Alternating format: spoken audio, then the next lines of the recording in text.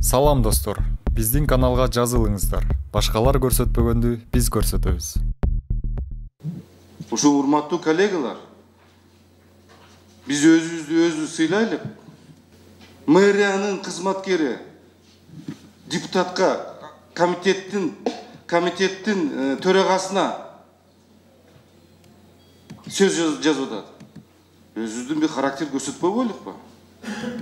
Мына бүгүн Конституционный палата жөнүндө дагы ошол маселени 7-чи эмес, 8-чи эмес, 1-чи маселе коелук ушул маселени. Ошону коелук.